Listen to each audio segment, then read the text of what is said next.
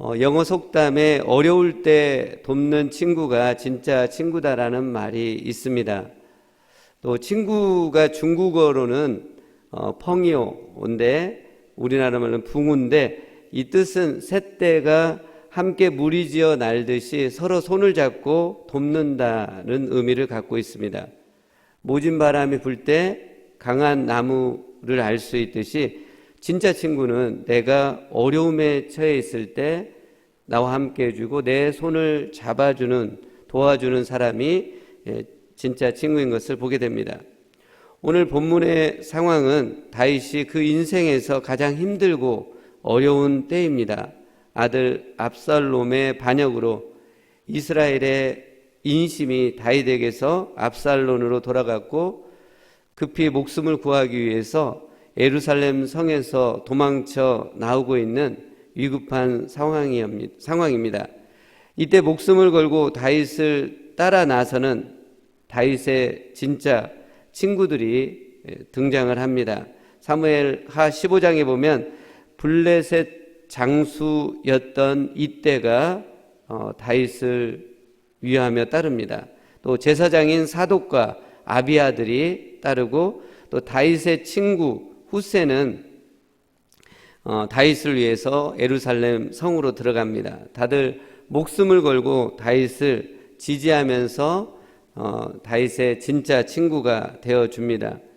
진짜 친구 3명만 있어도 성공한 인생이라는 말이 있는데 다윗은 죽기를 각오하고 함께한 친구들이 이렇게 많았기 때문에 다윗은 그런 기준으로 볼 때도 성공한 인생을 산 것을 볼 수 있습니다.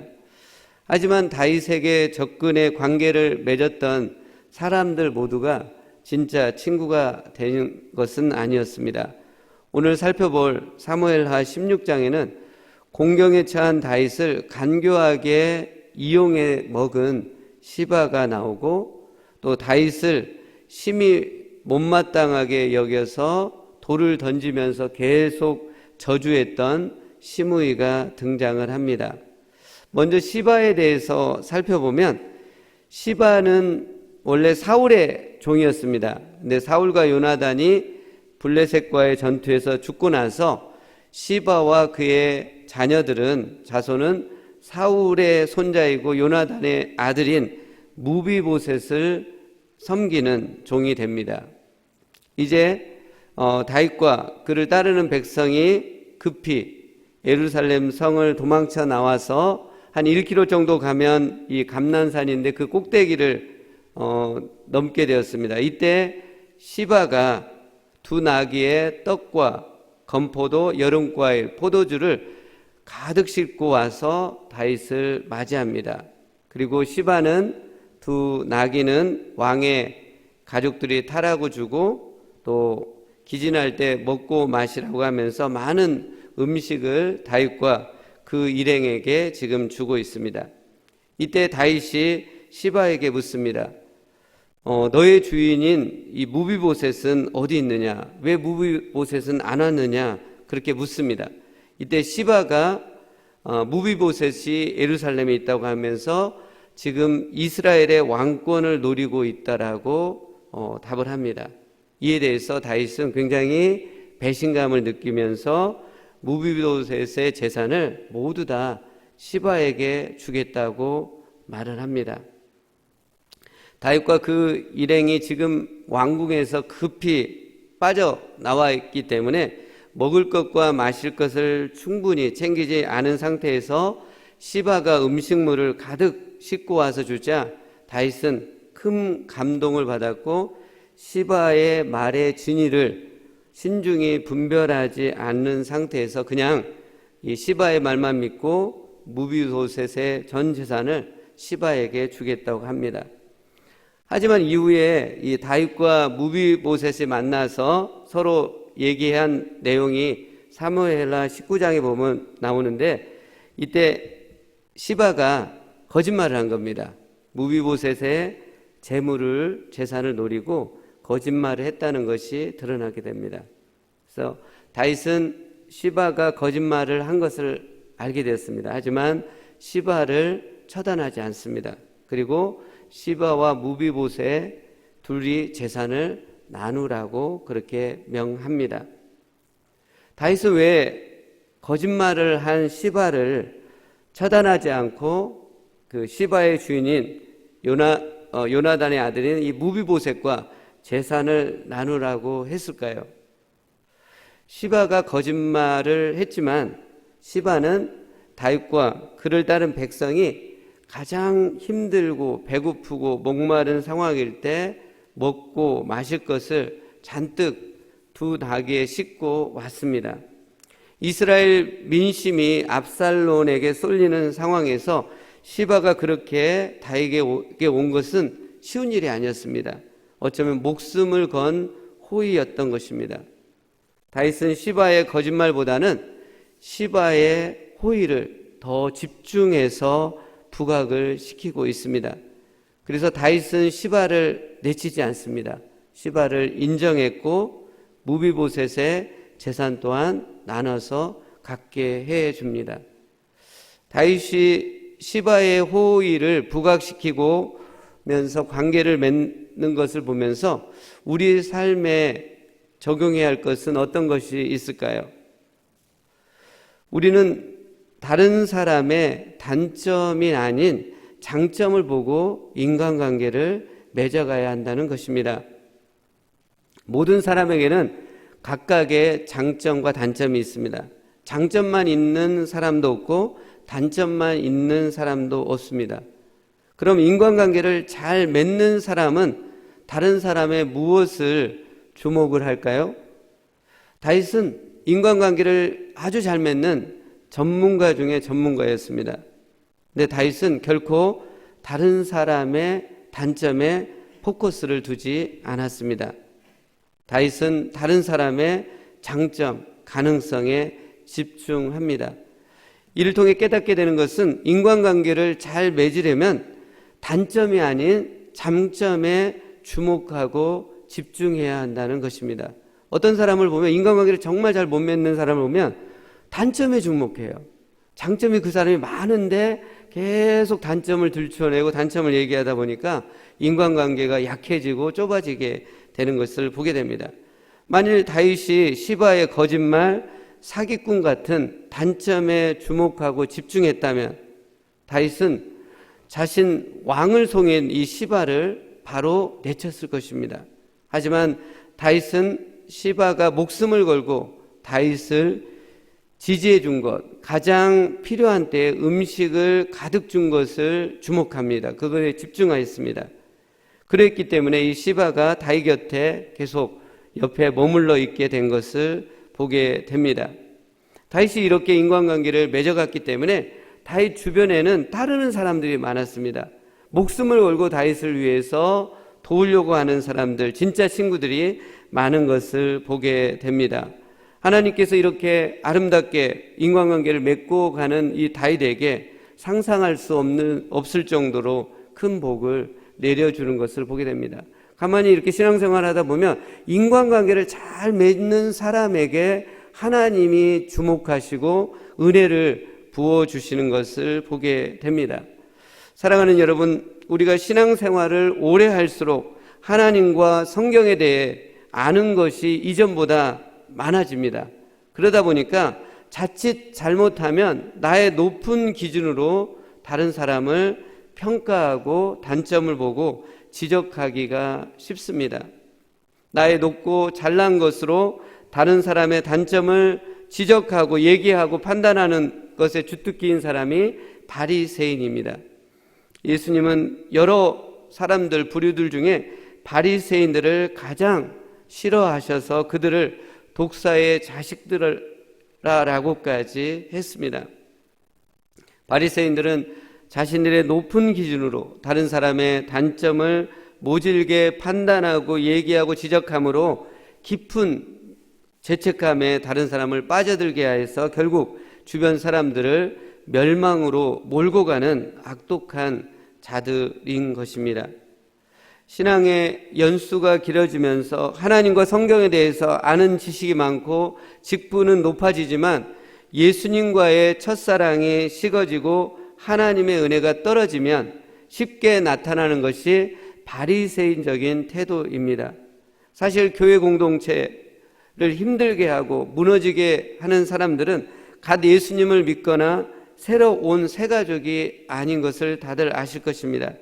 신앙의 연수가 있지만, 직분이 높지만 은혜가 떨어져서 바리새인적인 태도로 다른 사람의 단점과 허물을 들추어내는 사람인 것을 보게 됩니다. 저희 교회가 은혜가 넘치고 계속적으로 성장하고 있는 이유가 무엇입니까?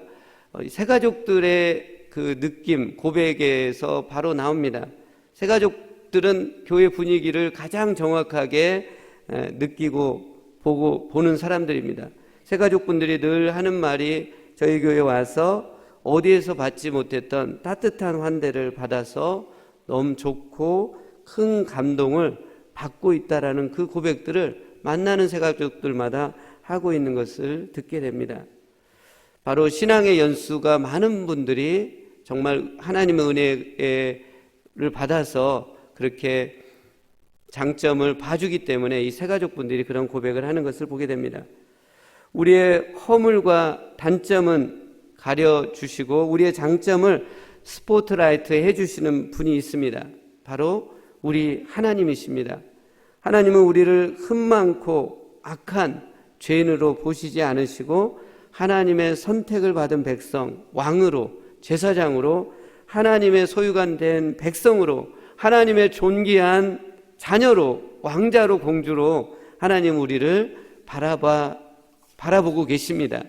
베드로전서 2장 9절에 그러나 너희는 택하신 족속이요 왕같은 제사장들이요 거룩한 나라요 그의 소유가 된 백성이니 이는 너희를 어두운 데서 불러내어 그의 기이한 빛에 들어가게 하시니에 아름다운 덕을 선포하게 하려 하심이라.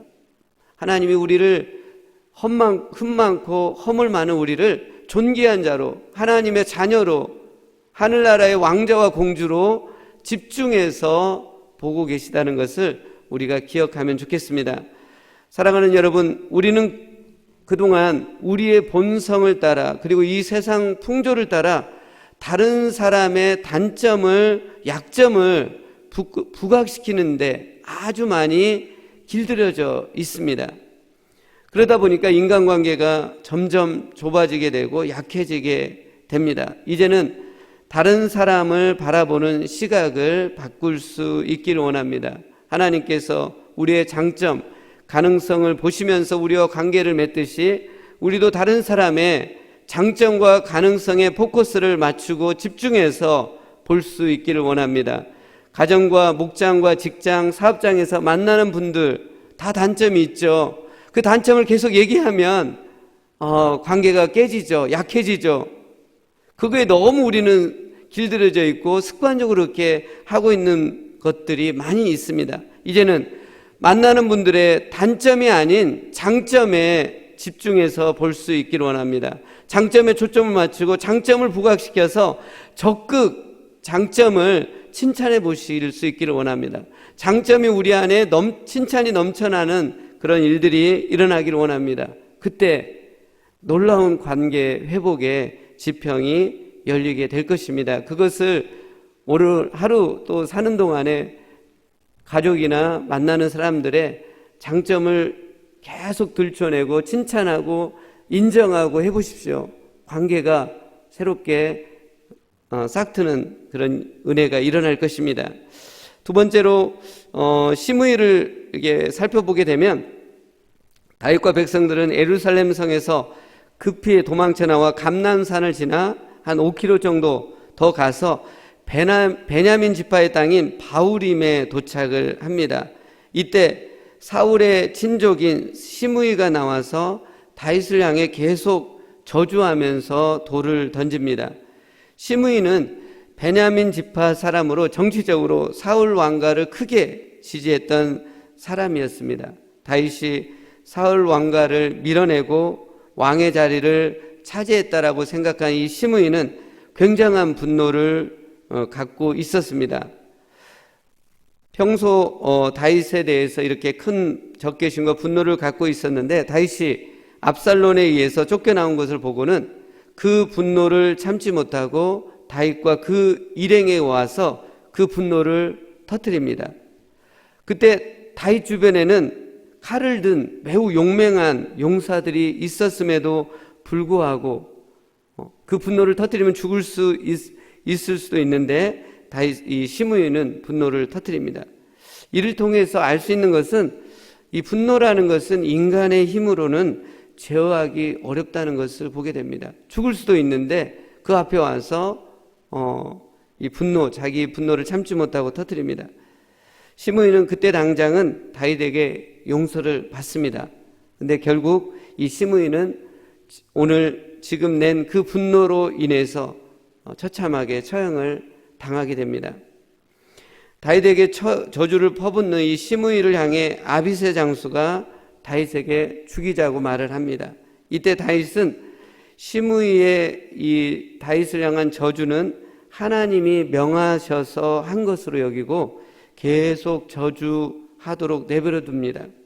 그러면서 다윗은 하나님께서 자신의 이런 비참한 모습을 보시고 선한 것으로 갚아주시기를 바라고 있는 말을 합니다. 사무엘하 16장 12절 말씀입니다.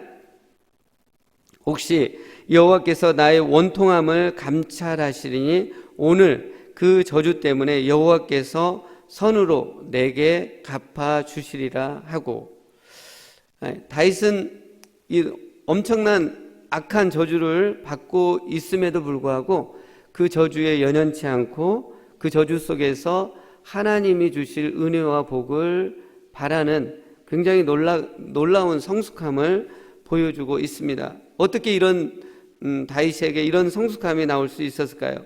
다윗은 젊은 시절에는 자신의 제안을 거부하면 또 자신이 직접 칼을 차고 나서서 심판을 행하려고 했던 굉장히 혈기가 있었던 사람이었습니다. 하지만 그때마다 하나님께서 친히 간섭하셔서 심판을 행하시는 것을 이 다윗이 체험하고는 심판은 하나님께 맡겨야 한다는 것을 경험했던 사람입니다. 이제 다윗은 압살롬이 반역을 했을 때 나이가 대략 60세쯤으로 이렇게 추정을 하는데요. 원숙한 나이가 된 이 다윗은 시므이의 그 악랄한 저주에 대해서 처형하지 않고 하나님께 맡기는 신앙의 성숙함을 보여주고 있습니다. 그리고 다윗이 시므이를 처단하지 않고 용납할 수 있었던 결정적인 이유는 다윗은 자신 안에 다른 사람과 비교할 수 없는 악독한 죄악이 있다는 것을 깊이 알았기 때문입니다.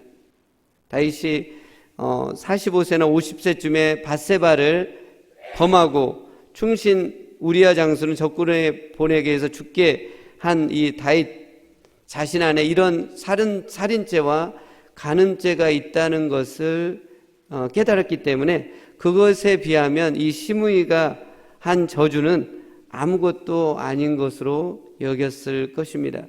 다윗이 우리가 정말 죄인이라고 여긴다면 다른 사람이 나에게 저주하거나 말한 거에 대해서 그렇게 상처를 안 받을 것입니다. 그런 말을 받아도 마땅한 자라고 여길 것입니다. 다윗이 그렇게 이 시므이의 저주를 받은 것을 보게 됩니다.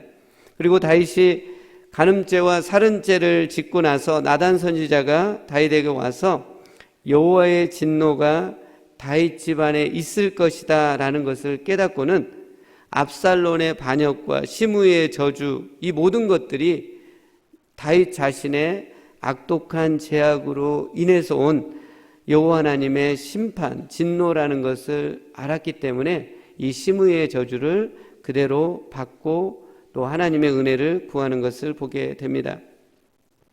그래서 다윗은 그 모든 환난, 저주 가운데 자신의 죄악으로 인해 발생한 것임을 인정하고 묵묵히 받으면서 간절히 하나님의 은혜를 구하고 있습니다. 다윗은 하나님을 참 좋으신 선한 목자로 보는 인식이 있었고 믿음이 있었습니다. 그렇기 때문에 다윗은 엄청난 죄악을 범했음에도 불구하고 하나님께 나와 간절히 회개 기도하면서 하나님의 풍성한 은혜와 복을 구하고 있는 것을 보게 됩니다. 나단 선지자를 통해서 이 다윗이 죄악을 깨닫고 하나님께 은혜와 복을 구한 시가 시편 51편입니다. 시편 51편 9절입니다. 주의 얼굴을 내 죄에서 돌이키시고 내 모든 죄악을 지워주소서. 하나님이여 내 속에 정한 마음을 창조하시고 내 안에 정직한 영을 새롭게 하소서. 나를 주 앞에서 쫓아내심하시며 주의 성령을 내게서 거두지 마소서. 주의 구원의 즐거움을 내게 회복시켜 주시고 자원하는 심령을 주사 나를 붙드소서. 다윗은 자신이 지은 큰 범죄에 대해서는, 죄악에 대해서는 회개 기도를 통해서 용서함을 받았지만 그 죄로 인한 대가는 묵묵히 톡톡히 감내해 나갑니다. 그리고 결국 다윗은 그 모든 환난과 역경을 넘어 다시금 하나님의 놀라운 은혜와 복을 받게 되는 것을 보게 됩니다. 그럼 다윗이 이 시므이의 저주에 꼬그라지지 않고 오히려 그 저주를 하나님의 은혜와 복을 받는 것으로 전환시키는 것을 통해서 우리가 적용해 봐야 할 것은 무엇일까요? 우리는 인간적인 관점이 아닌 하나님의 관점을 갖고 사람을 대하고 관계를 맺어야 한다는 것입니다. 만일 다윗이 인간적인 생각을 갖고 시므이를 대했다면 즉각 칼로 처형을 했을 것입니다. 그러면 다윗은 더 깊은 수렁 속으로 들어가게 되고 더 큰 환난과 재앙을 겪게 되었을 것입니다. 그러나 다윗은 시므이를 하나님의 관점으로 대했습니다. 다윗은 하나님께서 시므이를 보내셔서 나의 죄악에 대해 저주하게 하시는구나 라고 여겼습니다. 그래서 그 끝까지 그 저주의 말을 차단시키지 않고 끝까지 감내냅니다. 그리고 그 다음에 오는, 이 저주 다음에 오는 하나님의 선, 하나님의 은혜, 하나님의 복을 구하고 있습니다. 하나님은 우리를 늘 재앙 가운데, 환난 가운데만 두지 않습니다. 반드시 그 다음에 비 온 다음에 맑은 태양의 빛을 주시듯이 하나님은 이 어려움과 역경 다음에 반드시 은혜와 복을 주시는 것을 이 다윗은 붙잡았습니다. 사랑하는 여러분, 그 누군가가 여러분에게 혹 정죄의 말을 하고 있지는 않나요? 판단하는 말을 듣고 있지는 않습니까? 그 말을 들어서 매우 기분이 상하고 분노가 치밀어 오르지 않나요? 그래서 그 말을 한 사람에게 몇 배 더 강한 분노의 말을 하려고 하지는 않으신가요? 아니면 그런 사람과는 상종하면 안 된다고 생각하고 단절하고 계시지는 않은가요? 아마 후자를 많이 사람들이 택하게 되더라고요. 그러면 나나 그 정죄의 말을 한 사람과 어떤 차이가 있습니까? 성도는 거룩한 사람들로 뭔가 구별되고 달라야 하는데 우리가 그에게 화를 내거나 외면하게 되면 둘 다 성숙하지 못한 사람들이 되는 것입니다. 하나님은 우리가 미성숙한 상태로 있기를 원치 않습니다. 우리는 계속 성숙해 가야 합니다. 그러려면 나에게 저주의 말을 하거나 정죄를 하는 사람들을 어떻게 해야 할까요? 만일 누군가가 나의 단점을 얘기하고 나에게 정죄의 말을 한다면 인간의 관점으로, 인간의 생각으로 그 말 한 사람을 대하지 마시고 다윗처럼 한번 하나님의 마음, 하나님의 관점을 갖고 그 사람을 생각해 보았으면 합니다. 참새 한 마리도 하나님의 허락 없이는 떨어짐이 없다고 하는데 이런 말을 나에게 한 것은 하나님의 허락하에 일어난 일이겠구나, 그렇게 받아들이면서 혹 내가 회개하지 않고 있는 죄가 있지는 않은지, 혹 내가 고쳐야 할 안 좋은 습관은 없는지 돌아보시면서 다윗처럼 그 정죄의 말을 나의 성숙의 기회로, 하나님의 은혜와 복을 받는 기회로 여기며 감사함으로 받는다고 한다면 우리가 더 성숙한 사람으로 변화되어 갈 것입니다. 사랑하는 여러분, 우리는 긴 인생길에서 다양한 사람들을 만납니다. 그 사람들 중에는 우리와 잘 맞는 사람들도 있겠지만 많은 경우에 잘 맞지 않는 사람들도 있을 것입니다. 하나님은 의도적으로 나와 맞지 않는 사람들을 만나게 해 주십니다. 하나님 마음에 합했던 다윗도 좋은 사람들도 많이 만났지만 얼마나 많은 대적자들을 만났습니까? 오늘 본문에 나오는 시바와 시므이처럼 다윗은 간교한 자도 만났고 저주의 말을 하는 자도 만났습니다. 그런데 다윗은 그들을 배척하고 단절시키지 않았고 외면하지 않았습니다. 그들을 품었습니다. 다윗은 그들의 단점이 아닌 장점에 집중했고 장점을 부각시켰습니다. 그리고 인간적인 생각과 관점이 아닌 하나님의 생각과 관점으로 그들을 대했습니다.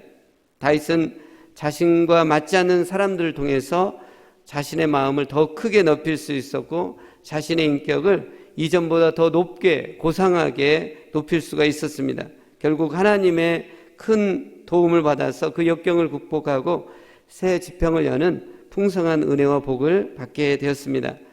우리도 지금 만나는 사람들의 단점이 아닌 장점에 집중하고 인간적인 생각이 아닌 하나님의 생각과 관점으로 그들을 대한다면 놀라운 관계의 회복이 일어날 것입니다. 우리 인격의 성숙이 일어날 것이고 상상 못할 하나님의 예비하신 놀랍고 풍성한 복을 받게 될 것입니다. 기도하겠습니다.